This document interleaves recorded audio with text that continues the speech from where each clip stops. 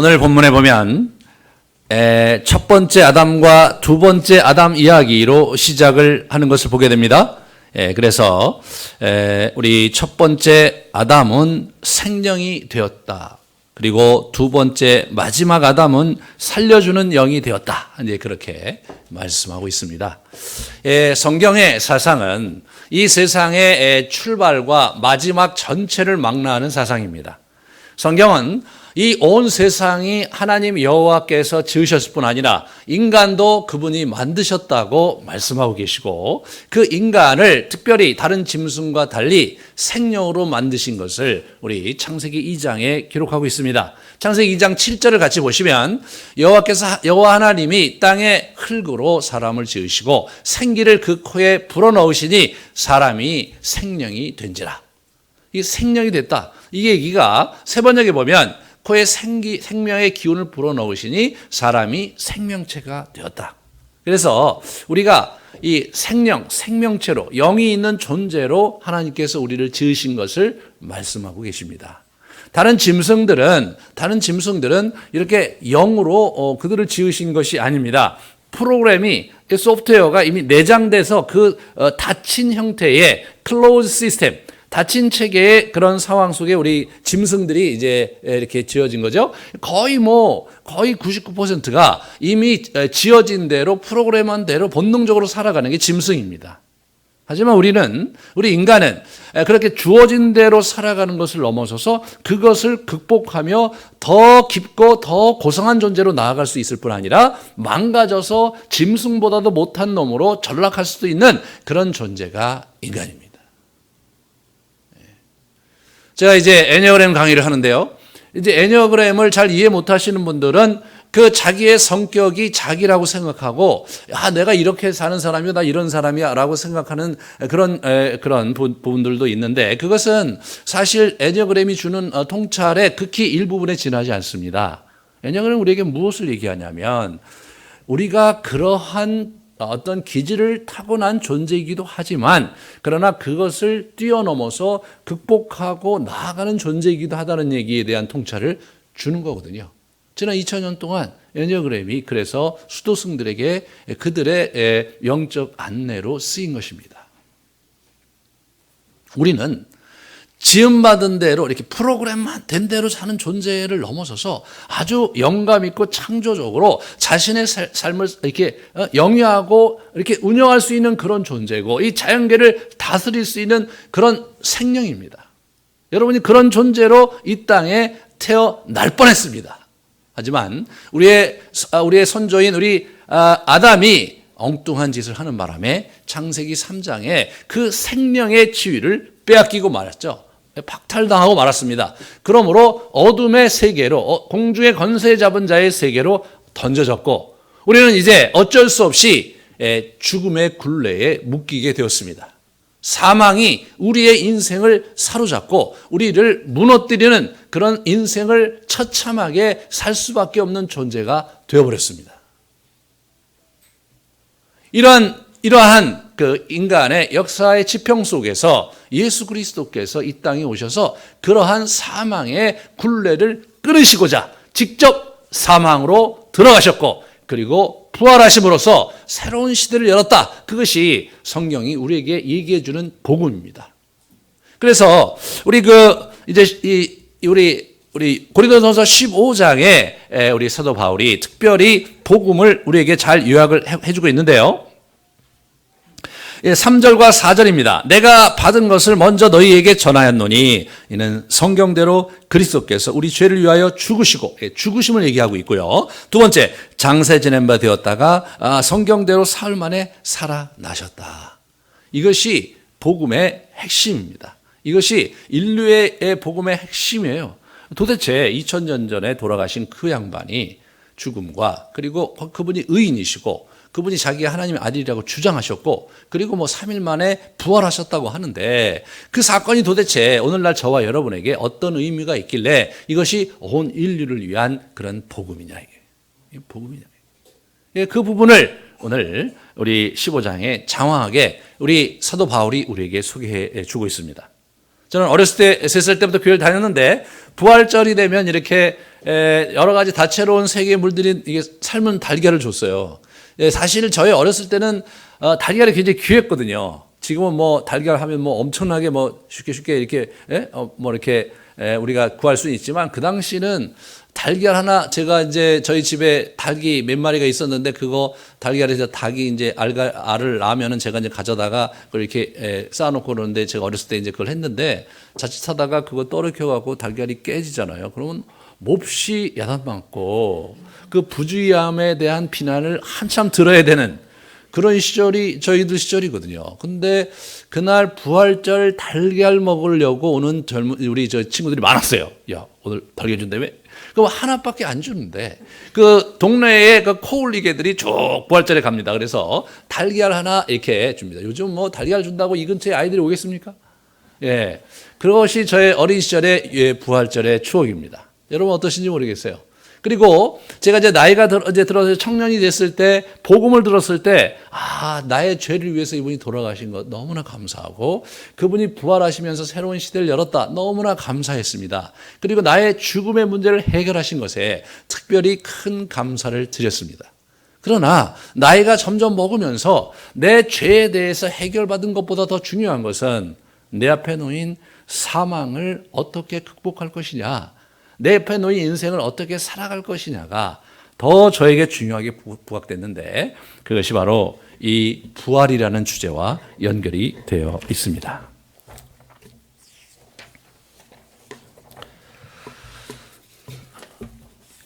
단순히 우리 예수님께서 이 땅에 오셔서 우리의 죄를 위해서 십자가에 못 박혀 돌아가셨다, 그리고 살아나셨다, 이 사실이 단순히 거기에 끝난다면 사실은 그렇게 큰 이슈가 아닐 수도 있어요. 우리가 예수 믿었으니까 천국행 티켓을 땄으니까 이제 우리가 마음 놓고 살면 되네, 뭐 이런 정도로 생각할 수 있을지 모르겠는데, 그러나 실제로 성경은 그 이상의 얘기를 우리에게 이제 들려주는 거죠. 그래서 이제 25절서부터 38절에 오늘 본문 15장 25절서부터 읽지는 않았는데요. 28절이군요. 28절을 잠깐 같이 보겠습니다. 그가 모든 원수를 그 발 아래에 둘 때까지 반드시 왕노로 살이시리니 맨 나중에 멸망받을 원수는 사망이니라. 그래서 이분이 원수를 그 발 아래에 두셨는데 마지막에 그가 패퇴시킨 것이 사망이라는 거예요. 그리고 만물을 그 발 아래에 두셨습니다. 28절에 그걸 복종시키셨고, 그 다음에 28절 마지막에 이는 하나님이 만유의 주로서 만유 안에 계시려 하심이라. 워낙 이 세상이 하나님의 것이었잖아요. 워낙 이 세상을 하나님 만드시고 인간을 만드시고 그리고 이 아름다운 우리 지구를 만드신 연후에 그 다음에 여기서 이제 인간과 함께 자신의 나라를 일구어 가시려고 에덴 동산을 창설하시고 거기에 아담과 하와를 두시고 말이에요. 그리고 그 친구들이 에덴 동산에서 먹고 마시고 그 다음에 생육하고 번성함으로 말미암아서 거길 베이스 캠프로 해서 세상을 정복하고 다스리면서 하나님의 통치가 이 땅에 임하고 하나님과 인간이 더불어 아름답게 거하는 그것이 그분의 아주 영광스러운 꿈이었습니다. 그런데 그것이 우리 아담과 하와가 선악과를 잘못 따먹으로 말미암아서 그걸 먹으면 죽는다고 그랬는데 그걸 먹으면 죽지 않는다고 얘기한 사단의 괴계에 넘어갔습니다. 우리는 어렸을 때 저도 좀 약간 그런 생각을 가진 적이 있었어요. 뭐 과일 하나 따먹었다고 하나님께서 죽이려고 덤비시는 건 좀 너무하신 거 아니냐. 예? 가령 예를 들어서 에덴 동산을 완전히 회파하고 말해 불을 질러갖고 에덴 동산을 까맣게 태워버렸다. 뭐 그 정도면 좀 화를 내셔야 되는데 에덴 동산에 있는 뭐 중앙에 있는 나무 하나에 과일을 따먹기로서니 말이에요. 여러분 자녀가 있는데 자녀가 여러분이 정말 애지중지하는 과일을 옆에 앉혀놓고 이제 신문을 보다가 저 녀석한테 이제 자기 걸 먹거리를 줬는데도 불구하고 이 친구가 뚜벅뚜벅 오더니 아빠 그래서 그러고 보고 있는데 어느 틈에 이걸 먹었단 말이에요. 그러면 여러분이 들고 불고 뛰면서 이 친구가 이게 네가 아버지를 뭘로 알고 이렇게 하면서 막 헛되게 야단치는 것에서 넘어서 칼을 들고 그를 대든다면 좀 이상한 거 아닙니까? 이게 이상한 거란 말이죠.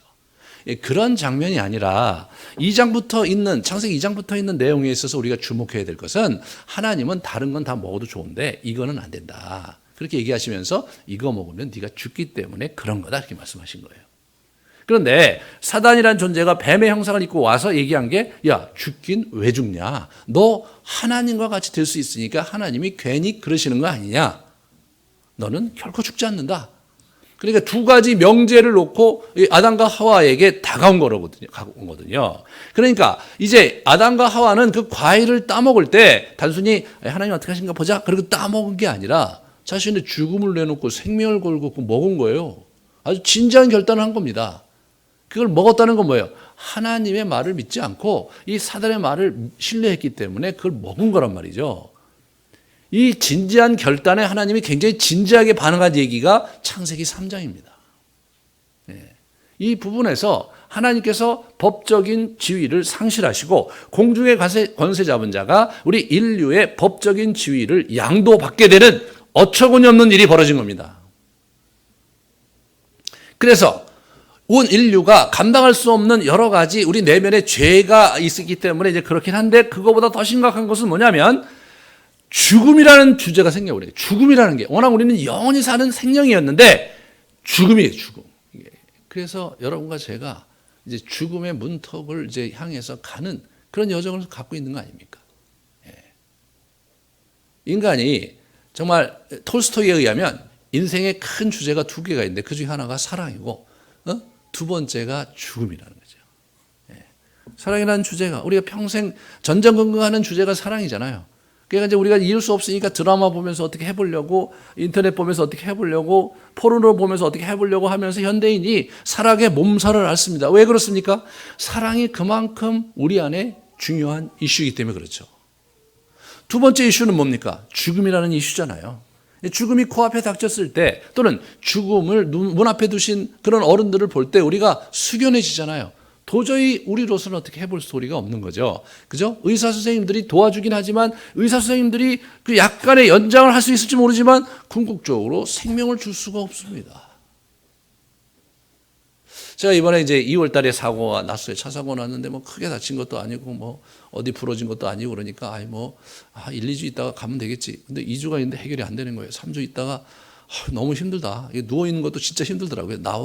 나오면서 이제 요양을 하면 되겠지라고 생각했는데 그렇지가 않더라고요. 이게 3월 중순 되니까 몸이 막 처지기 시작하는데 굉장히 어렵더라고요.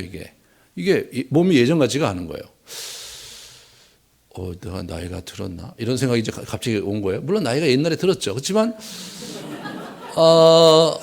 제가 주관적인 차원에서 제가 나이가 들었다고 인정을 안 하고 살고 있었더라고요. 나는 예전과 같이 나이가 좀 먹었을 뿐이지 여전히 나는 젊다 그렇게 생각하고 있었는데 이게 아닌 거예요.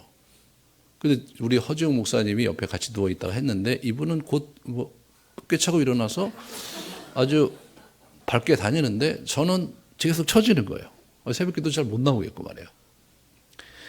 그래서 굉장히 그 의기소침이 됐어요. 그래서 침도 여기저기 맞으러 다니고 막 이렇게 하고 이제 화가 나니까 막 그 손해사장님한테 해갖고 이걸 더 받아내라 막 이렇게 해갖고 제가 목사니까 이거 나설 수 없지만 도저히 분해서 안 되겠다 그래갖고 이제 그분이 잘 해주시기로 해갖고 지금 추진 중에 있어서 그래도 조금 더 받아서 제가 이걸 계속해서 지금 여기저기 다니고 있거든요. 이 문제를 보충해야 되겠다 이렇게 생각하는 그런 구차한 시간을 보내면서 그러면서 제가 죽음이라는 것을 진지하게 이제 이렇게 맞닥뜨리게 되는 거죠. 내가 예전처럼 다시 올라올 수는 없는 거다 이제. 그러면 이제 남은 여생을 지금의 체력을 잘 유지하면서 얼마나 이제 가느냐가 내가 이제 인생의 내리막길을 갔는데 내가 과연 몇 년을 살 것이며 그 몇 년을 사는 데 있어서 건강하게 살 수 있는 횟수는 몇 년이나 될까? 갑자기 이런 생각이 드니까요. 이게 굉장히 숙연해지더라고요. 내가 지난 세월 이룬 거는 뭐고 내가 가진 거는 뭐며 나는 지금 어떤 가치 있는 일을 하고 살아가고 있는가. 이런 부분을 자꾸 이렇게 되뇌이다 보니까 막 회한이 막 생겨요. 막 옛날에 그때 조금 더 잘했으면 지금 이거보다 나았을 텐데 그때 결정을 그 모양으로 해갖고 내가 또 이렇게 올라오면서 마음이 계속 의기소침되면서 굉장히 이상한 증상이 생기는데 제 생애 처음으로 입맛이 없어지고 잠을 잘 못 자고 저는 입맛이 없다는 건 사실 그런 개념은 없었거든요. 제 인생에. 제가 절제해야 된다 이런 의식은 있었지만 먹고 싶은데 먹을 수가 없는 거죠. 그래서 반 공기 먹었다가 오늘은 좀 더 먹어야 될까 해서 좀 더 먹으면 그날 부대껴서 잠이 안 오는. 제가 굉장히 치명적인 어려움을 겪게 됩니다. 이제는 도저히 옛날처럼 더 이상 살 수 없는 거구나. 이제 죽음이 성큼 앞에 있구나. 이제 저보다 여기 이렇게 나이 드신 분들은 뭐 오래전에 벌써 체감하셨겠지만, 죽음이라는 것을 먼발치에 남일처럼 보고, 그리고 나와는 좀 더 상관없는 그런 멀찌감치 있다가 진짜 직접적으로 내가 죽음을 체감하니까 완전히 다른 차원이 되는 거예요, 이게요. 완전히 다른 차원이 되는 거예요. 그러면서 내가 앞으로 어떻게 살아야 돼, 이거 부분에서 막 생각을 많이 하게 되는 거예요. 그런데 정말 다행스러운 것은 우리의 도가 죽음을 돌파하고 죽음을 넘어선 도라는 겁니다. 이것이야말로 소망이구나. 예. 관념적으로 알고 신학적으로 알았던 그런 부활의 소망이 그게 관념적 차원이 아니라 내 육체가 쇠하고 내가 이제 얼마 되지 않아서 더 이상 거동을 못할 정도로 지지부진하게 있다가 이제 내가 죽을 것이지만, 성경은 분명하게 내 인생의 죽음이 끝장이 났다고 말씀하고 계시다는 거죠. 내가 죽음 저편에, 죽음 너머의 소망을 붙든다는 것이 무엇인지에 대해서 진지하게 다시 생각하게 되었습니다.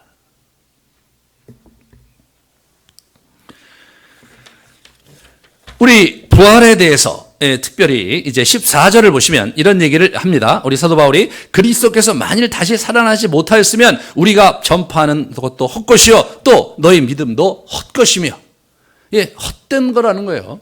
부활이 없다면 우리의 삶도 우리의 믿음도 복음도 다 헛것이라는 겁니다. 15장 전체에 헛것이란 말이 헛되고 헛되니 모든 것이 이런 주제가 흘러가고 있는 거예요. 자, 1절에 보세요. 1절에 2절이군요. 너희가 만일 내가 전한 그 말을 굳게 지키고 헛되이 믿지 아니하였더라면, 이 헛되이 믿지 말라는 얘기가 깔려 있죠. 그 다음에 10절에 보시면 그러나 내가 나 된 것은 하나님의 은혜로 된 것이니 내게 주신 그의 은혜가 헛되지 아니하며, 아니하여 내가 모든 사도보다 이렇게요. 자기가 헛되이 살지 않았다는 거예요. 그 다음에 14절을 보시면요. 그리스도께서 만일 다시 살아나지 못하였으면 우리가 전파하는 것도 헛되고 복음도 헛되고 너희 믿음도 헛된 거다. 나오잖아요. 그죠?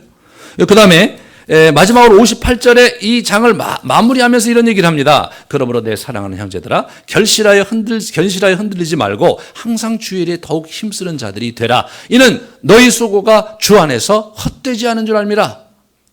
너희가 이렇게 하는 것이 헛되지 않은 줄을 알고 그렇게 살아라, 이런 얘기를 합니다. 이분이 인생 무상, 헛됨에 대해서 얘기하고 있는 겁니다. 헛됨에 대해서. 인생이 헛된 거거든요. 그러다가 여러분 신앙생활 하다가 어느 날 내 신앙생활 이게 지금 이게 뭐 제대로 가는 도가 맞나? 막 이렇게 목사님 앞에서 뭐 열심히 뭐 하시고 또 찬양도 우리가 많이 하고 기도도 많이 하는데 실제로 이게 진리가 맞으며 성경에 있는 대로 정말 진행이 되는 게 맞나? 이런 회의가 찾아올 때가 있어요. 이거 허망하게 이거 이렇게 하다가 이게 아무것도 아니면 어떻게 되지? 막상 죽었는데 그냥 캄캄하고 아무것도 없는 무의 세계로 가면 어떻게 되는 거지? 혹시 저 불교에서 얘기하는 게 더 맞는 건 아닐까? 이런 생각을 우리가 이제 이렇게 찾아오면요, 이게 회의가 들어요. 회의가. 인생에 이제 몇 차례 그런 회의를 우리가 이제 경험하게 되죠. 이거 이렇게 너무 이제 익숙하게 들어와서 용어도 그렇게 하고 하나님의 은혜도 얘기하고 하나님 살아계신 거에 대해서 우리가 찬양하고 위로도 받고 이런 시간을 보냈지만 왠지 문득 내 내면의 그 심연 저 밑바닥에서 이게 진짜일까? 정말로 성경에 되는 대로 되는 거 맞을까? 라는 질문이 살포시 찾아오면 굉장히 어려워요. 참 어렵습니다. 사도 바울도 저는 그런 경험이 있기 때문에 이 얘기를 하고 있는 거예요. 지금도. 헛되다는 얘기를 자꾸 하고 있습니다. 그런데 이분이 자신의 인생이 헛되지 않고 자신의 믿음이 헛되지 않은 것을 어디서 붙들었냐면 예수 그리스도의 부활에서 붙든 거예요. 이것이 기독교의 그 우리의 그 교리와 우리의 신앙과 우리의 도의 정중앙의 한 복판에 있는 엑기스입니다. 이게. 우리가 뭐 부활이 역사적 사건이냐 아니냐, 만들어낸 얘기냐 아니냐, 이런 얘기들이 뭐 사실은 서양에서 굉장히 많았고, 또 뭐 어떤 사람은 뭐 부활에 대해서 사실은 뭐 꼭 그럴까? 이런 질문을 갖고 사시는 분들도 더러 있죠. 그래서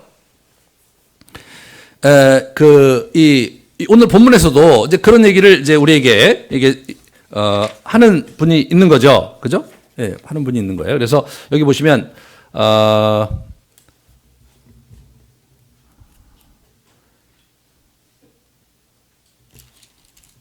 네, 12절이네요. 그리스도께서 죽은 자 가운데 다시 살아나셨다 전파되었거늘 너희 어떤 사람은 어찌하여 죽은 자 가운데서 부활이 없다느냐? 이렇게 어떤 사람은, 이게 어떤 사람이 누구냐면 안 믿는 사람이 아니에요. 이거 저 고린도 교회 교인이에요. 고린도 교회 교인인데, 그런데 부활은 없다고 한다는 거예요. 예? 부활은 없다고 한단 말이에요. 그러니까 실제로 그 당시에 우리 사두개인들도 부활이 없다고 그렇게 유대인들 중에서도 그렇게 생각하고 있는 사람도 있었거든요. 아무래도 여러분 같은 경우도 이제 그런 분들이 있을 거예요. 뭐 예수님께서 죽으시고 부활하셨다고 하는데, 뭐 예수님이 조건을 해서 받아들이긴 했지만 부활은 좀 아닌 것 같다. 그건 잘 모르겠다. 예, 그러면서 그 문제에 대해서 진지하게 생각하기보다는 한쪽으로 이렇게 옆에 놓고 뭐 부활을 뭐 그건 크게 문제가 아니겠지 이렇게 생각하시면 옆에 이렇게 비켜놓고 뭐 나를 위해 죽으신 것에 대한 고마움을 가지고 내가 열심히 섬기면 되지 이렇게 생각하시는 분들이 더러 있어요. 더러 이렇게 주변에 보면. 그런데 오늘 본문에서 보면 부활 자체가 그런 이게 부활이 헛되면 기독교의 도가 다 헛되고, 그리고 심지어는 우리가 정말로 불쌍한 사람이라는 거예요. 19절에 만일 그리스도 안에서 우리가 바라는 것이 다만 이 세상의 삶뿐이면 모든 사람 가운데 우리가 더욱 불쌍한 자다. 그렇잖아요. 사실이 아닌 것을 막 사실로 믿고 말이에요. 사실이 아닌 것에 대해서 감동하고, 사실이 아닌데도 부활절에 막 찬양을 하고 막 이러고 있었던 것 자체가 사실은 딱한 일 아닙니까? 차라리 뭐 예수님 같은 거 그냥 옆에 내려놓고 자기 스스로 선하게 살려고 노력하고, 그리고 최대한의 노력을 경주해서 다른 사람에게 유익을 주고 사랑을 베풀고 사는 인간의 덕목을 쌓는 것이 훨씬 더 남는 장사일 수도 있는 거 아닙니까? 그것을 뛰어넘는 게 이 부활의 소망인데, 부활의 도가 뭔지에 대해서 진지하게 알아야 된다는 거예요.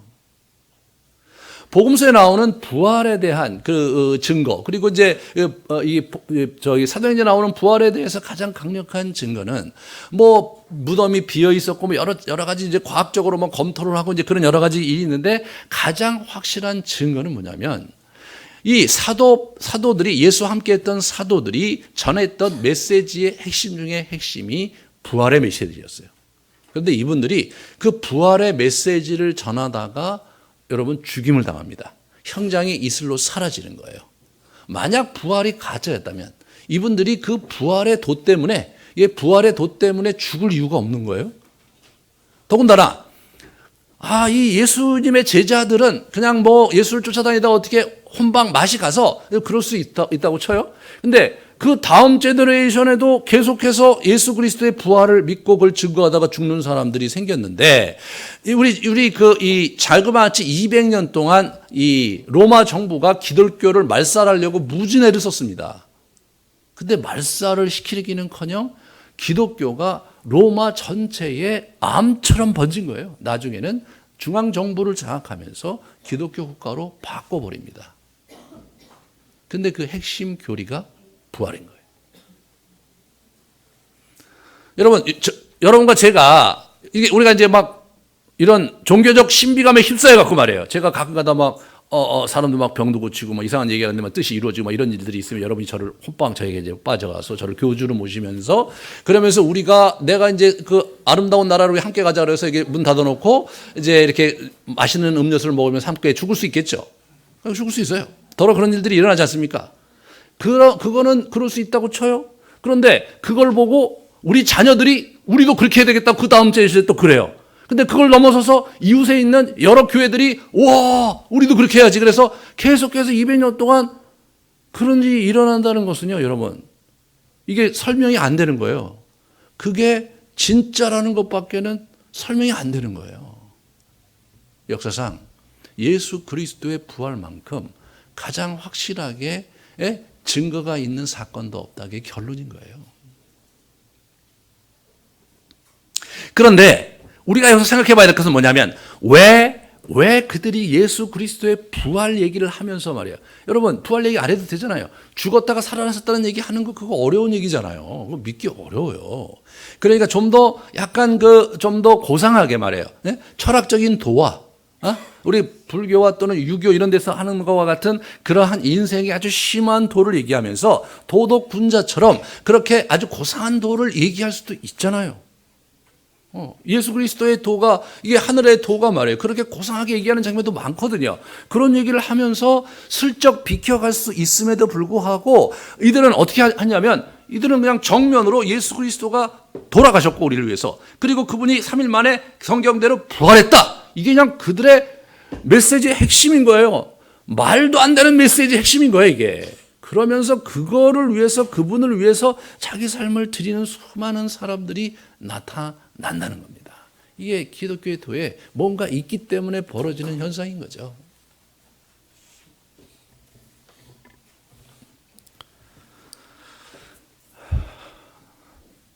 거기에는 여러 가지 이제 우리가 생각해 봐야 될 게 있는데 첫 번째로 뭐냐면 이 부활이 성도들에게 미치는 역동이 있는 거예요. 20절에 보시면요. 그러나 이제 그리스도께서 죽은 자 가운데서 다시 살아나사 잠자는 자들의 첫 열매가 되셨다. 그러니까 이게 예수 그리스도의 부활과 그를 따르는 사람들의 부활이 연속선에 있다는 것을 아주 얘기를 해주고 있죠. 그래서 우리 로마서 6장 5절과 8절에 보시면 로마서 6장 5절에 8절을 보시면 우리가 죽으심을 본받아 연합한 자 되었으면 또한 그 부활을 본받아 연합한 자가 되리라 이런 얘기가 나와요.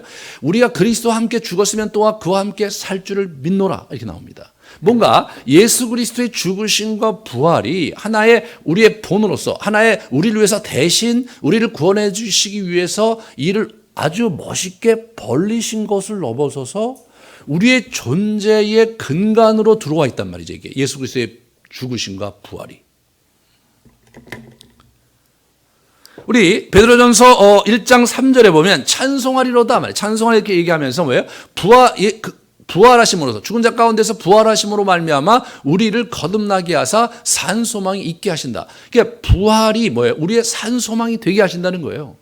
이게 이제 사실 범상치 않은 그런 주장인 거죠. 우리는 이 예수 그리스도가 오늘 본문에서 살려주는 영으로 둘째 아담이 오셨다. 그런 얘기를 우리에게 이제 해주고 있습니다. 23절에 보시면, 그러나 각각 자기 차례대로 되리니 먼저는 첫 열매인 그리스도요. 다음에는 그가 강림할 때 그리스도에게 속한 자다. 그리고 마지막에 이제 그 당시에 예수를 믿는, 예수님 오실 때 예수 믿는 사람들이 우리가 이제 부활을 하게 될 것이다. 동참하게 될 것이다. 그런 얘기를 하는 거죠. 순차적으로 부활의 그러한 생명이 전수되고 부여되는 걸 이렇게 우리에게 얘기를 해주고 있습니다. 우리는 예수 그리스도를 통해서 살림받은 영혼들인데 그 어떻게 좀 다르냐? 첫 번째로 47절에 출생의 근원이 달라요. 흙에서 난 자가 아니라 하늘에서 난 자입니다. 48절 49절에 보시면 무릇 흙에 속한 자들은 저 흙에 속한 자와 같고 무릇 하늘에 속한 자들은 저 하늘에 속한 자와 같으니 우리가 흙에 속한 자의 형상을 입은 것 같이 또 하늘에 속한 자의 형상을 입으리라. 뭔가 우리가 잘 이해가 안 되는 얘기를 하고 있는 거예요. 우리가 이 세상에 흙의 형상을 받은 것처럼 우리가 궁극적으로 하늘의 형상을 받게 될 것이다라는 얘기를 합니다. 그러면서 54절과 57절에 무슨 얘기를 하는 겁니까? 이 썩을 것이 썩지 아니함을 입고 죽을 것이 죽지 아니함을 입을 때에 사망을 삼키고 이기리라 라고 하신 말씀이 이루어진다. 사망아 너의 승리가 어디에 있느냐? 사망아 내가 쏘는 것이 어디에 있느냐? 이런 얘기를 하죠. 사망이 쏘는 것은 죄요. 죄의 권능은 율법이라. 네. 사망이 어떻게 우리에게 왕노릇하고 있느냐? 사망이 어떻게 인류에게 들어와서 우리 여러분과 저를 짓누르고 말이에요. 그러면서 죽음의 골짜기로 누구도 범접하기 힘들고 누구도 브레이크 걸 수 없는 그러한 죽음의 골짜기를 우리를 몰아놓고 있는 사망, 너는 뭐 때문에 그렇게 하느냐? 그게 뭐예요? 인간의 죄 때문이라는 거 아닙니까? 여러분과 저의 죄 때문에 사망이 우리에게 왕노릇했고 사망이 궁극적으로 우리를 집어 삼킬 것이라는 거 아닙니까? 그런데 그 근거가 어디 있느냐? 율법 아니냐.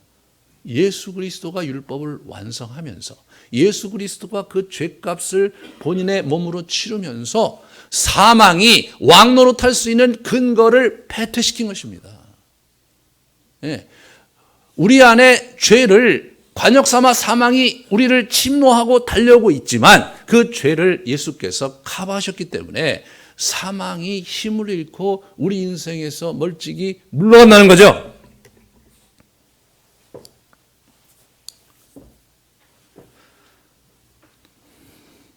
그러면서 50절에 아주 재미난 얘기를 하죠. 형제들아 내가 이것을 말하노니 혈과 육은 하나님의 나라를 이어받을 수 없고 또한 썩는 것은 썩지 아니하는 것을 유업으로 받지 못하느니라.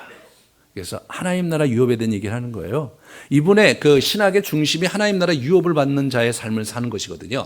그러니까 계속해서 유업 얘기를 이분 설교 때마다 굉장히 많이 하셨어요. 왜냐하면 서신서에 맨날 유업 얘기 하시거든요. 그런데 야, 그 유업 얘기 했는데 만약에 너희가 그냥 고작해야 기껏해 여기서 그냥 이 몸으로 그냥 쓰러진다 죽는 거라면 그 유업을 너희도 영원한 유업인데 너희 게 아니지 않냐 그런 얘기 하는 거예요. 자, 우리는 하늘나라에 가서 상급받는 얘기를 들어요. 그 예수님께서 야 10문화 비해서 오면 야 저 친구 10골 줘야 되겠다. 저 친구는 5골 줘야 되겠네. 그렇게 이제 우리에게 유업을 할당을 이제 공적으로 이렇게 주시는데 상급을 이렇게 주시는데 여러분 만약 우리가 하늘나라의 영으로서 죽으면 영적으로 간다는 그림을 우리 더 많이 갖고 있어요. 그럼 이제 영으로 가잖아요. 영으로 가면 어떻게 됩니까? 일단은 안 보이잖아요. 소리만 있잖아요. 네? 존재만 있는 거잖아요. 흐치흐치 이렇게 흐치흐치 있는 거예요. 이런 오감으로 들어오는 정보로서 이게 우리 눈으로서 이렇게 시각적으로 볼 수 있는 실체가 없는 거잖아요. 거기서 하나님께서 예수님께서 야, 너 진짜 수고했다. 너 정말 복 받을 놈이네. 자, 내가 너한테 축복한다 그러고 상장을 하나 딱 준다고 생각해요. 상장을. 그 상장도 안 보여. 딱 줬어요. 그러면 정말 일로 와라 그래서 이렇게 안겼는데 뭔가 평안은 한데 잡히는 건 없어 또. 네? 여러분 그런 거 있잖아요. 함께 하는데 잡히는 거 없어. 약간 무슨 이게 요즘 얘기하는 뭐 무슨 증강현실 뭐 이런 예? 그런 형태로 가는 게 디지털 세계에서 이렇게 만나는데 이게 터치는 안 되는 예? 뭐 그런 형태의 아주 아사무사한 형태로 천국이 이루어졌다고 생각해 보세요. 그거 참 기가 막힌 거거든요. 여러분 그 좋겠습니까? 갔는데 제가 이제 여기 여러분 뭐 이렇게 임명장도 드리고 또 나름대로 또 여러분 또 수료하면 수료장도 드리고 그런단 말이에요. 그리고 뭐 제가 이제 교회를 대표해서 이렇게 드리면 이거 딱 받으면 그래 봐야 뭐예요? 그 종이 쪼가리잖아요. 근데 이제 그게 그나마 효력이 있는 것은 뭐냐면 실체감 있이 뭔가 자기 일을 할 수 있고 또 거기에 대해서 그 다음 스텝으로 갈 수 있는 것도 있지만 그러한 여정 속에 궁극적으로 하나님 나라에 가서 이러한 것들을 내가 복받고 축복받은 근거가 된다는 걸 알고 있기 때문에 그런 부분이 참 도움이 많이 되는 거죠. 그런데 하늘나라 갔는데 기껏해야 이제 그렇게 우리에게 주신다면 이게 참 어려운 거죠. 우리가 하나님 나라에서 유업을 받는다는 얘기를 너무 관념적으로 생각하시면 안 돼요. 실제적으로 생각하셔야 돼요. 거기서요, 우리가 육신으로 살 거거든요. 이분이 우리에게 비밀을 얘기하잖아요. 예? 우리에게 이게 51절에 이 유업 얘기한 다음에 바로 얘기를 해요. 보라, 내가 너희에게 비밀을 말하노니 우리가 다 잠잘 것이 아니요 마지막 나팔의 순식간에 훈련이 다 변화되리니 나팔 소리가 남의 죽은 자들이 썩지 아니할 것으로 다시 살아나고 우리도 변화되리라 이렇게 얘기합니다. 우리가 죽지 않을 것으로 다시 이렇게 예수님의 몸으로 이렇게 변화되는 거예요. 우리가 예수님의 몸으로 하늘의 형상을 입은 예수의 몸으로 변화되는 겁니다. 여러분 예수님 부활하실 때 부활체가 어떻냐면 이분이 처음 제자들 앞에 나타났는데 문 다 걸어 잠그고 이분이 쓱 나타나셨는데 제자들이 도대체 이분이 어떤 분이신가? 형상은 있는데 이게 유력인가? 라고 하는데 뭐예요? 숨을 쉬어 이분이. 숨을 쏙 쉽니다. 이 사람들이 굉장히 편안하면서 평강할 때 이렇게 기쁘게 받아들입니다. 이 갈릴리 해변에서 만났어요. 갈릴리 해변에서 만나갖고 이분이 쭉 해갖고 같이 이제 식사를 하는 거예요. 식사를 하는데 여러분 유령과 식사하면 기분이 이상할 거 아니에요. 이 양반이 그러고 있는데 이분이 의저의저 같이 식사를 하셨어요. 이게 뭐예요? 분명히 이 사람들과 동일한 인간의 육신을 가진 것이 분명해요. 그리고 동일하게 숨을 쉬고 분명히 의저의저 씹으셨어요. 근데 이분이 승천하시는 날 그 몸 그대로 하늘로 올라가십니다. 올라가세요.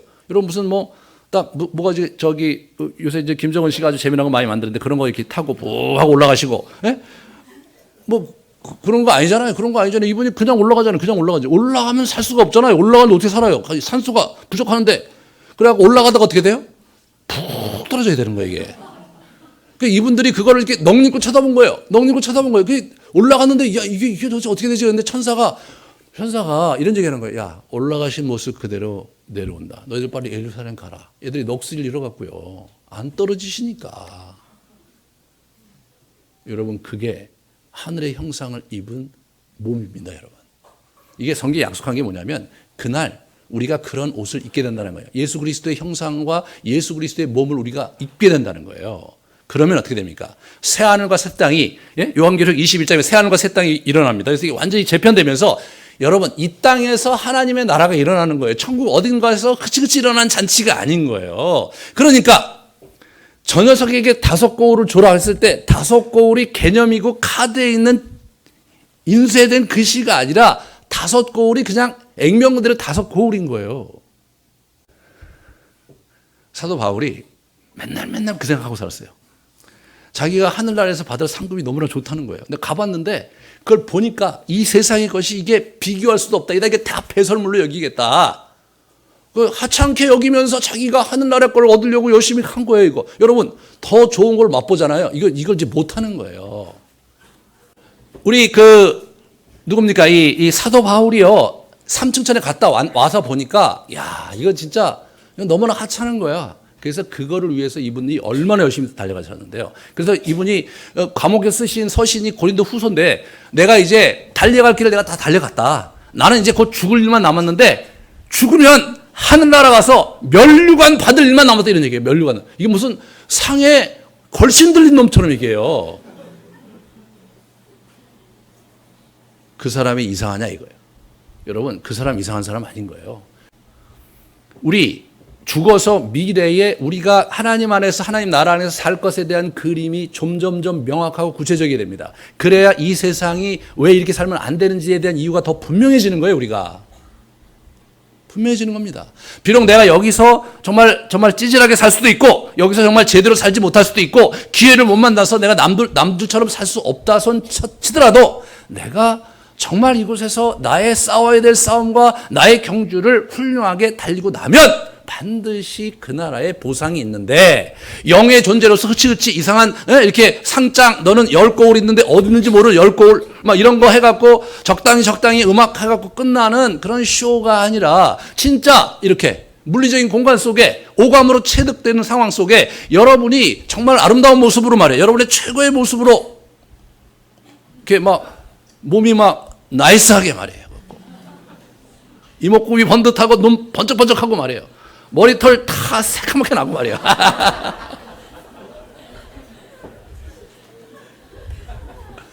그런 세상에서 영원토록 산다는 것이 진짜라고 한번 우리가 상상을 해보면, 사실 진짜거든요. 상상을 해보면 이게 달라지는 거예요, 기독교의 도가. 그래서 우리의 선배들이 로마 정권이 그렇게 탄압함에도 불구하고 그 그림을 놓칠 수 없어서 형장의 이슬로 죽어간 겁니다. 그 친구들이 미쳐서 그런 게 아니고 바보라 그런 게 아니에요. 두려움이 없어서 그런 건 더더욱 아니에요. 하지만 그러나 이 땅의 것보다는 저 세상 속에 내가 가질 것이 더 숭고하고 귀함으로 내가 제대로 된 투자를 하겠다. 제대로 된 투자를. 여러분과 제가 좀 더 슬기로운 이기주의자가 되어야 됩니다. 여기서 수십 년 살다가 죽는 게임에 목숨 걸지 말고 영원히 사는 그곳에 우리가 목숨 걸어야 되는 거라고요, 이게. 그래서 지금 이분이요, 15장 전체가 뭐냐면 1절서부터 58절까지 맨 부활 얘기거든요. 부활로 도배를 했어요, 이 사람이요. 왜 이 얘기 하느냐? 이 사람의 신앙의 정중앙에 부활이 있거든요. 그리고 자기는 초계와 같이 이 세상 자기의 삶을 내던져 버렸거든요. 매맞고 파선당하고, 심지어는 막 엄청나게 감옥 투옥당 이런 것들을 감수하며 왜 갔냐, 이 사람이요. 3층쯤 갔다 와 보니까 진짜 좋거든요. 그래서 간 거예요. 이 사람이 위대한 사람이냐? 아닙니다. 사도 바울이 뭐 위대합니까? 나쁜 놈이었다가 하늘나라에 대해서 꽂혀갖고 정신없이 살다 간 사람이에요. 여러분이 만약 하늘나라의 것을 사도 바울처럼 꽂힌다면요, 이 세상에 사는 것이 좀 더 여유가 있어질 거라고 저는 생각합니다. 예? 이게 붙잡는데 아둥바둥하지 않고 좀 잃는 것도 있고 어려움도 있지만 뭐 소소한 일이니까 그러면서 우리가 달려가야 할 길을 달려가는 그런 삶의 여정이 이게 있을 거예요. 이분이 그래서 58절에 우리에게 들려준 얘기가 바로 그거예요. 그러므로 내 사랑하는 형제들아, 견실하여 흔들리지 말고, 그게 너무나 명확한 거다. 부활의 생명이 분명히 너에게 임했다는 것은 그 나라에 여러분이 우리가 영원히 살 것 너무나 명확한 그림이니까 흔들리지 말고 항상 주의 일에 더욱 힘쓰는 사람이 되라. 그래야 그게 남는 장사다. 너희의 수고가 주 안에서 결코 헛되지 않다. 아멘. 이게 지난 수천 년 동안 우리 그리스도인들이 붙잡았던 부활의 소망입니다. 여러분이 2017년 이 부활절에 여러분 인생을 다시 생각해 보며 사망 저편에 있는 하나님의 나라와 오늘의 삶이 연속성이 있고 말이에요. 하나님께서 그것을 위해서 이 땅에 예수 그리스도를 보내주실 뿐만 아니라 그리고 우리 안에 내주하시면서 우리와 함께 당신의 일을 하기 원하시는 그 하나님을 우리가 붙들고 승리하는 인생을 사시는 여러분 되시기를 주님의 이름으로 축원합니다.